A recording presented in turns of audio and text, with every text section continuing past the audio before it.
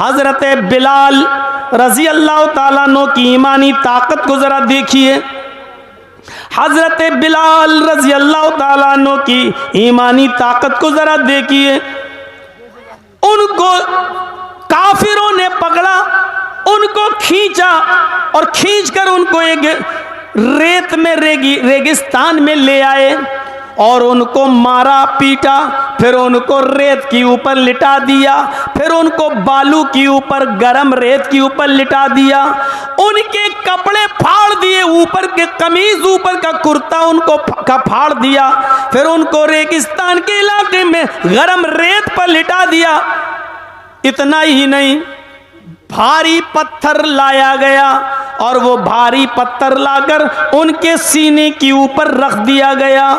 भारी पत्थर सीने पर रखने की वजह से, गरम रेत की वजह से उनकी पीठ जलने लगी, चहकने लगी। लेकिन इसके बावजूद जब बिलाल से कहा गया, आए बिलाल बोलो, अब तुम मोहम्मद के रब को छोड़ते हो या नहीं, अब तुम अपने अल्लाह को छोड़ते हो या नहीं, तुम अपने माबूद को वदसुआ यगूस यऊक नस्र को, तुम इन माबूदों को मानते हो या नहीं मानते हो। हजरत बिलाल अकेले हैं, काफिरों की एक बड़ी तादाद उनके साथ मौजूद है, उनके ऊपर जुल्म और सितम हो रहे हैं। बिलाल को नंगी जमीन पर लिटा दिया जाता है और भारी पत्थर उनके ऊपर रख दिया जाता है। मेरे भाइयों, इसके बावजूद जब कहा जाता है बिलाल मोहम्मद के रब के ऊपर से अपना ईमान हटाओ, मोहम्मद के रब के ऊपर से अपना ईमान हटाओ, तो हजरत बिलाल ऐसे मौके पर अपनी जबान से जुमला निकालते हैं, अल्लाहु अहद अल्लाहु अहद अल्लाहु अहद। आए काफिरो, तुम्हें जितना मारना हो मार लो, जितना पीड़ना हो पीड़ लो, जितना सताना हो सता लो, लेकिन मैं अपने रब के ऊपर से ईमान नहीं हटा सकता।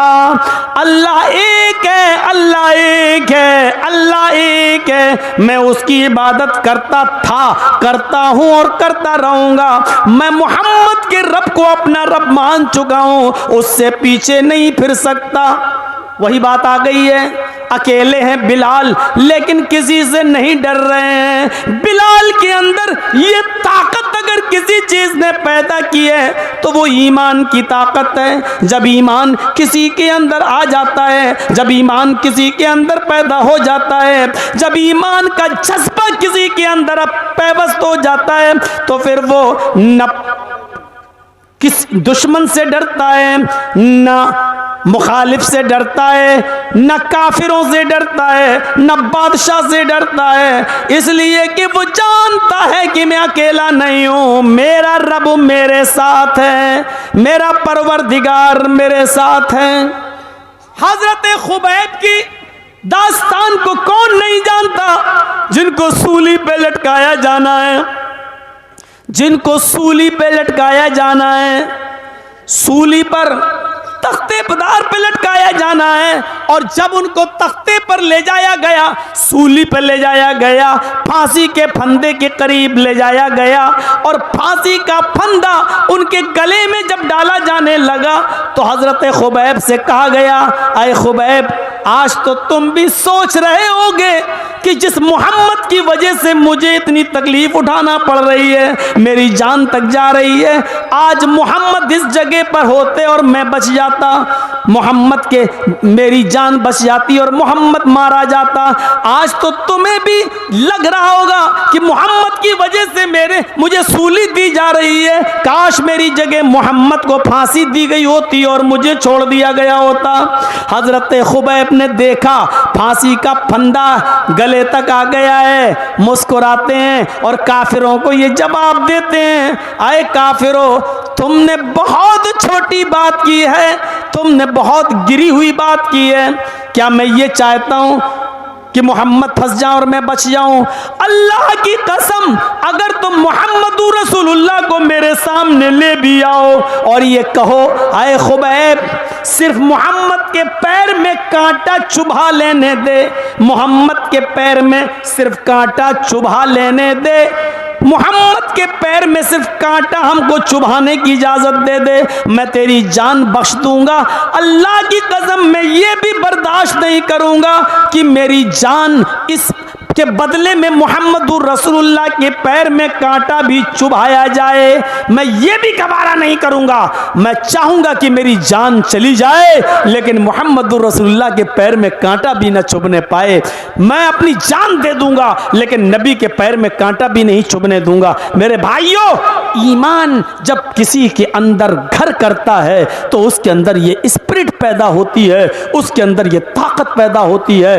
आप हम सब अपने गरीबानों में झांक कर देखें, क्या ईमान हमारे अंदर है, क्या ये स्पिरिट हमारे अंदर पैदा हुई। और जब ईमान हमारे अंदर नहीं होता है तो आप देख लीजिए बदलने में ज़्यादा टाइम नहीं लगता।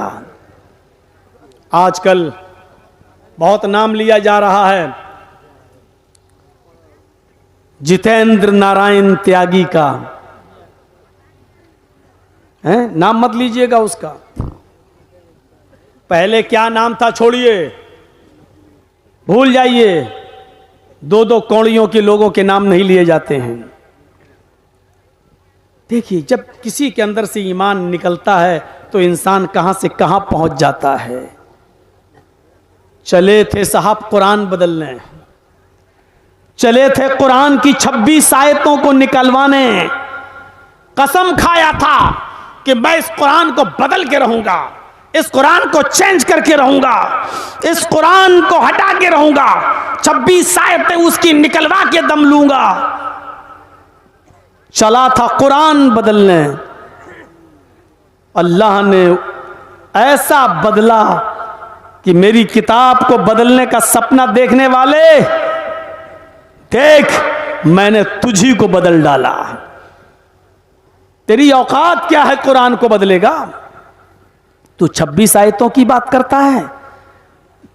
तू अगर मरने के बाद 26 मर्तबा जिंदा होकर 26 मर्तबा भी मरकर 26 मर्तबा भी जिंदा हो जाए और 26 मर्तबा जिंदा होने के बाद भी अगर ये चाहे कि हम 26 आयतें बदल दें तो 26 आयतें तो बहुत दूर की बात, कुरान के 26 लफ्ज भी नहीं बदल सकता। और 26 लफ्ज तो बहुत दूर की बात, कुरान का एक नुक्ता भी इधर से उधर नहीं कर सकता।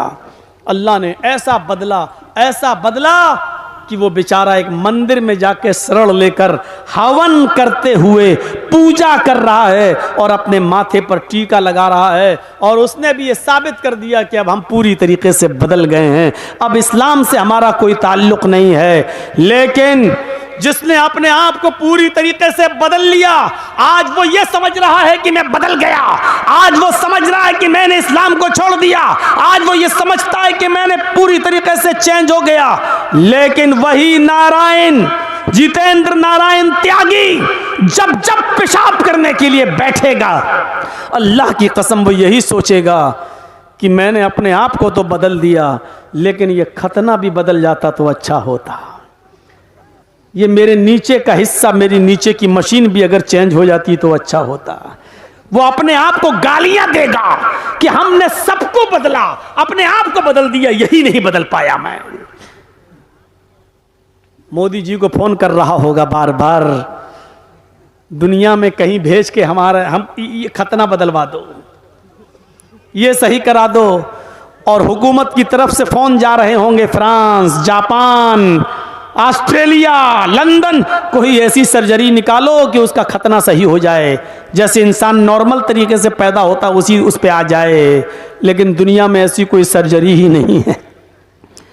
शायद दूसरे मुल्कों के लोगों ने फोन पे कह दिया होगा मोदी जी जैसा है वैसा ही रहने दो, अगर सर्जरी करवाई तो पूरा का पूरी की मशीन गायब करना पड़ेगी, फिर ये बेचारा ना मर्द ही रहेगा ना औरत, बीच वाला कहीं ना बन जाए, इसलिए उसको ऐसे ही रहने दो। अब आप देख लीजिए कि उसको अल्लाह ने कहां पहुंचा दिया।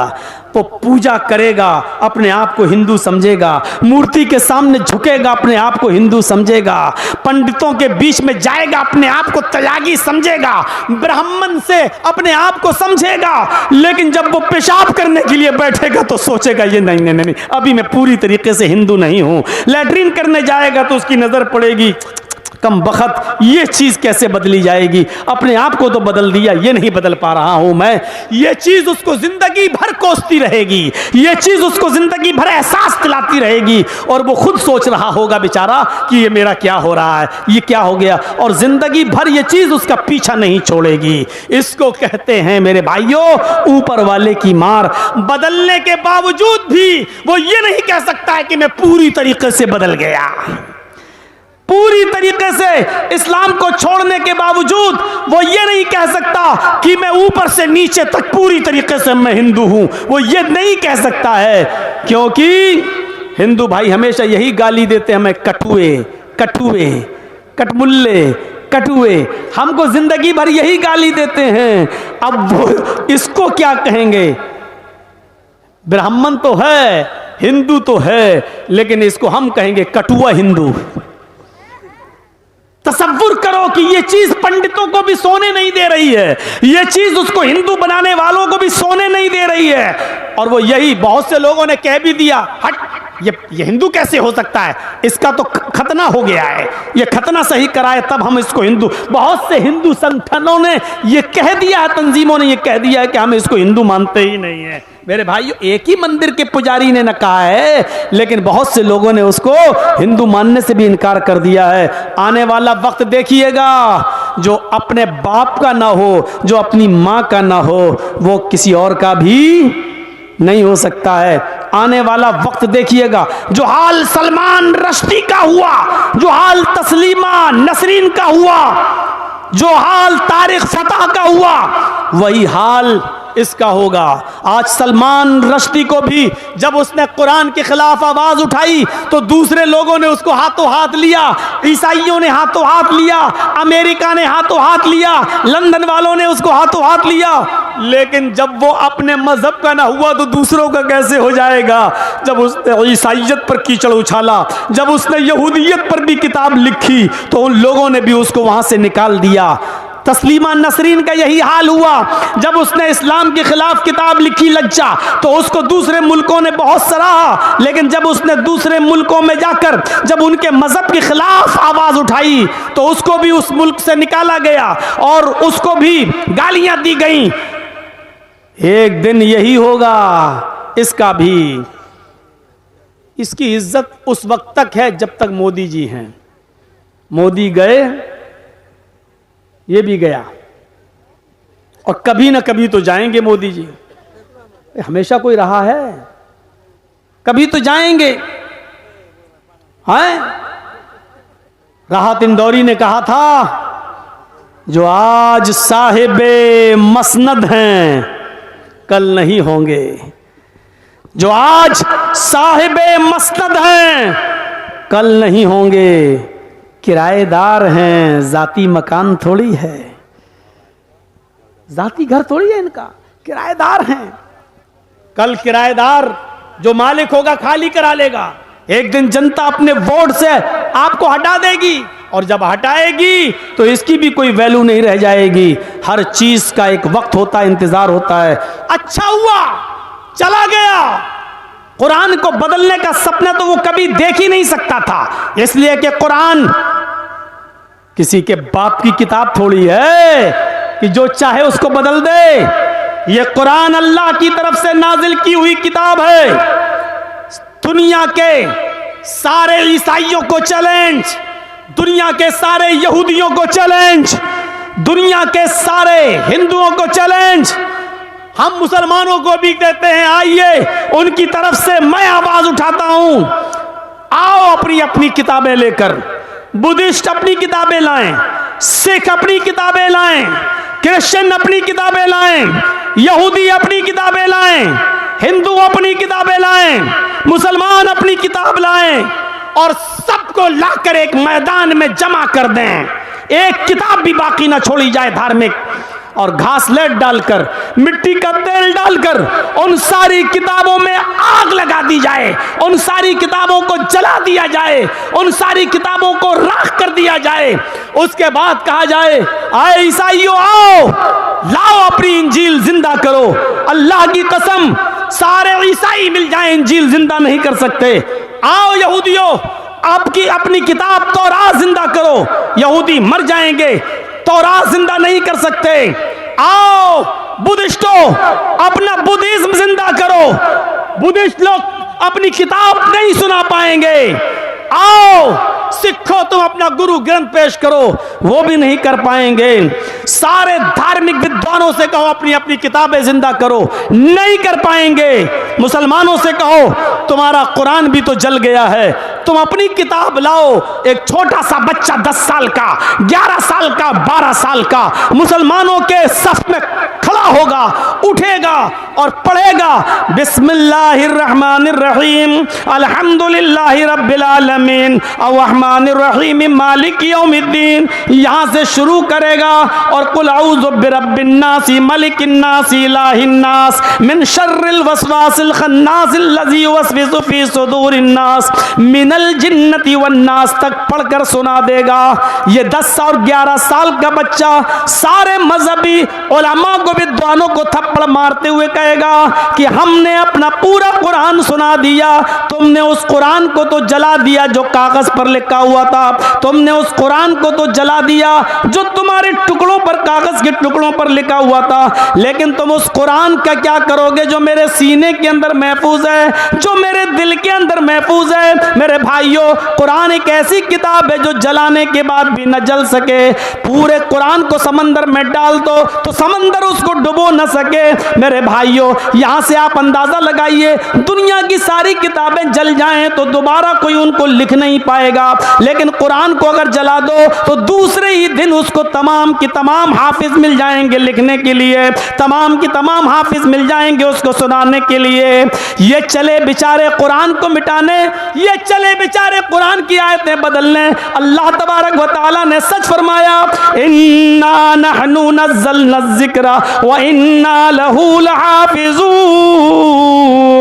हम ही ने इस कुरान करीम को नाजिल किया है, हम ही ने इस कुरान करीम को उतारा है और हम ही इसकी हिफाजत फरमाएंगे, हम ही इस कुरान करीम की रक्षा करेंगे। ये कुरान न कभी मिटा है न कभी मिटेगा, और 1400 साल पहले, 1400 साल से इस कुरान को मिटाने की बड़ी कोशिशें की गई हैं।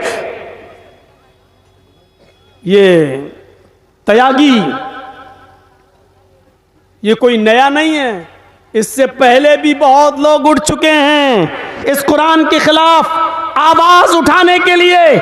इस कुरान के खिलाफ जबान चलाई है उन्होंने, लेकिन सब ने शिकस्त खाई है और सबको मुंह की खानी पड़ी है। तो मेरे प्यारे साथियों, ये कुरान एक ऐसी किताब है जो कभी किसी के मिटाने से नहीं मिट सकती है। ईमान पैदा हो। ये कुरान की चंद आयतें जब किसी के कान में पड़ जाती थी तो उसके दिल की दुनिया बदल जाती थी, दिल की दुनिया बदल जाती थी। कुरान की चंद आयतें सुनी थी। हजरत उमर फारूक ने जो अपनी बहन को मारा था, अपने बहनोई को मारा था, लेकिन कहा तुम लोग ईमान से बाज नहीं आ सकते हो तो चलो कुरान पढ़ के सुनाओ। देखिए जरा, ये ईमान है। हजरत उमर फारूक निकल तो रहे हैं जनाब मोहम्मद रसूलुल्लाह को मारने, तलवार निकाल ली कि आज मोहम्मद को कत्ल कर देंगे सल्लल्लाहु अलैहि वसल्लम, लेकिन रास्ते में किसी ने कहा कहाँ जा रहे हो? जवाब दिया वो मोहम्मद को मारने। बहुत परेशान कर रखा है, आज जड़ ही को ख़त्म कर देंगे, ना रहेगा बांस ना बजेगी बांसुरी, आज मोहम्मद ही को कत्ल कर देते हैं। उस आदमी ने कहा मोहम्मद को कत्ल करने से क्या फ़ायदा, तुम्हारे घर में तो तुम्हारी बहन और तुम्हारे बहनोई, तुम्हारे जीजा भी इस्लाम ला चुके हैं। सुनो, अगर ये बात गलत निकली तो बहुत बुरा होगा, हम तुम्ही को कत्ल कर देंगे। हाँ हाँ जाओ पता लगाओ पहले। हजरत उमर ने रुख बदल दिया और बजाय मोहम्मद रसूलुल्लाह के पास जाने के अपनी बहनों बहनोई के पास गए। दरवाजा खटखटाया, घर के अंदर दाखिल हुए, पता चला कि ये कुरान पढ़ रहे थे। पूछा क्या पढ़ रहे हो? जवाब दिया कुरान। मारा बहनोई को, इतना मारा कि खून बहने लगा। बीवी यानी उमर की बहन अपने शौहर को, अपने पति को बचाने आई। क्या कर रहे हो? बचाने आई तो अपनी बहन को भी मारा। हजरत उमर ने इतना मारा कि उनके जिस्म से भी खून निकलने लगा, लेकिन बहना सीना तान कर खड़ी हो गई और कहती है उमर तू क्या समझता है, तेरे कोड़े तेरे डंडे क्या मुझसे मेरे रब के ऊपर का ईमान छीन लेंगी, मुझसे मोहम्मदुर रसूलुल्लाह का दीन छीन लेंगी? नहीं। अरे उमर होश में आ, तू इतना मार कि मैं मर जाऊं, और मरने के बाद भी मेरे जिस्म के टुकड़े टुकड़े कर दे, और मेरे जिस्म के टुकड़ों को भी कुत्तों को खिला दे, इसके बावजूद भी मैं मोहम्मद के दीन, मोहम्मद के रब के ऊपर से अपना ईमान नहीं हटा सकती है। नहीं। हजरत उमर ने देखा ये तो मेरा नाम लेने लगी, जो जिंदगी भर मुझे भाई भाई कहती थी, आज उमर कहकर पुकारने लगी, आज उमर कहकर ललकारने लगी, आज उमर कहकर इसने मुझे ललकारा है, आज उमर कहकर इसने मुझे, आज उमर कहकर मुझे पुकारा है, आज इसने भाई बहन का रिश्ता तोड़ दिया है। हजरत उमर समझ गए कि ये मेरी बहन के अंदर मेरा डर अब काम नहीं आ रहा है, इसके अंदर कोई ताकत है जो घुस गई है। कहने लगे अच्छा तुम नहीं मानोगी, अच्छा ज़रा लाओ तो वो कुरान जो तुम पढ़ रही थी, ज़रा मुझे भी तो सुनाओ, उसमें क्या लिखा है। कहा कि तुम नापाक हो, पहले गुस्ल कर लो। हज़रत उमर ने गुस्ल किया। एक हदीस में आता कि पहले तुम वुज़ू बनाओ, वो वुज़ू बना के आए या गुस्ल करके आए, फिर बहन ने कुरान की चंद आयतें उनके सामने पढ़ी। बहन ने जो उनको पढ़ा रहा था उनसे पढ़वाई। चंद आयतें ही अभी उमर ने पढ़ी थी, चंद आयतें अभी उमर के कानों में गई थी कि हजरत उमर फारूक की दिल की दुनिया बदल गई, और कहने लगे बस बस बस, अब चलिए मुझे भी मोहम्मदुर रसूलुल्लाह के पास लेकर चलिए। इस कुरान की आयतों को सुनकर मुझे महसूस हो गया है कि ये किसी इंसान का कलाम नहीं है, लेके चलो।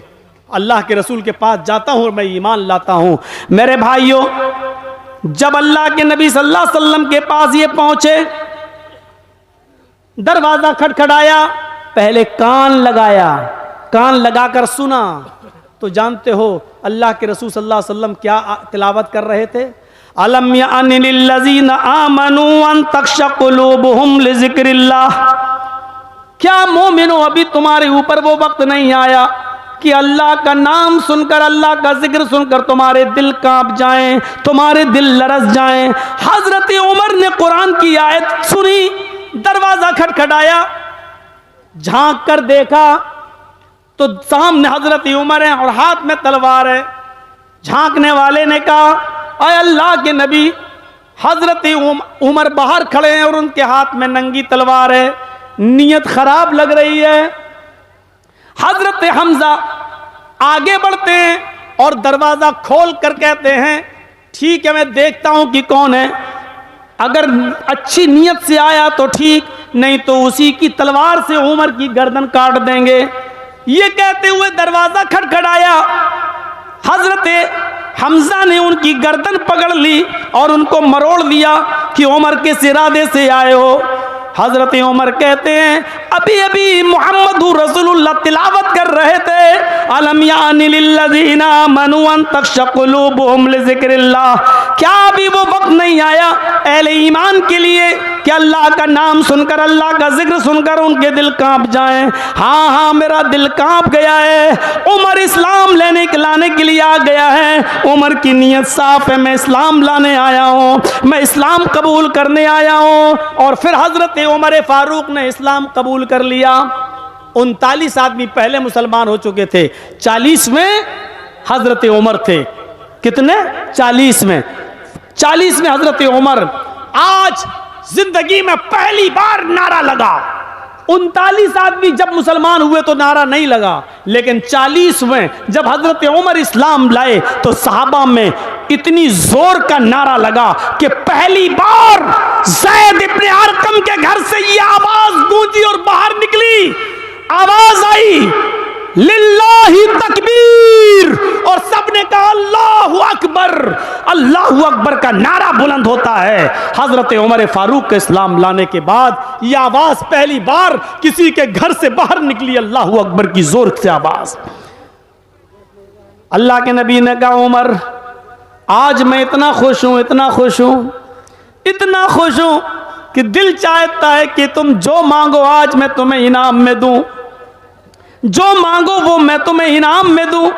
हजरत उमर कहते हैं अय अल्लाह के नबी, क्या आप मुझे इनाम देना चाहते हैं? हाँ बताओ अय उमर, तुम्हें क्या चाहिए? हजरत उमर ने जो जवाब दिया वो सुनिए। अय अल्लाह के नबी, मैं चाहता हूं आपके 39 आदमी जो इस्लाम ला चुके हैं वो आज खाने काबा में जाकर नमाज अदा करें, आप उनके इमाम बने। आपको अब तक खाने काबा में घुसकर नमाज नहीं पढ़ने दी जा रही है, खाने काबा में आपके ऊपर रोक लगी हुई है। मैं चाहता हूं कि आप उन लोगों को नमाज पढ़ाएं और 39 लोग उनके पीछे नमाज पढ़ें। अल्लाह के नबी ने कहा, ए उमर, और तुम क्या करोगे? आए उमर, तुम क्या करोगे? मैं नमाज पढ़ाऊं और सब लोग मेरे पीछे नमाज पढ़ें तो तुम क्या करोगे? कहा, अल्लाह के रसूल, मैं नंगी तलवार लेकर काबा के दरवाजे पर खड़ा हो जाता हूं।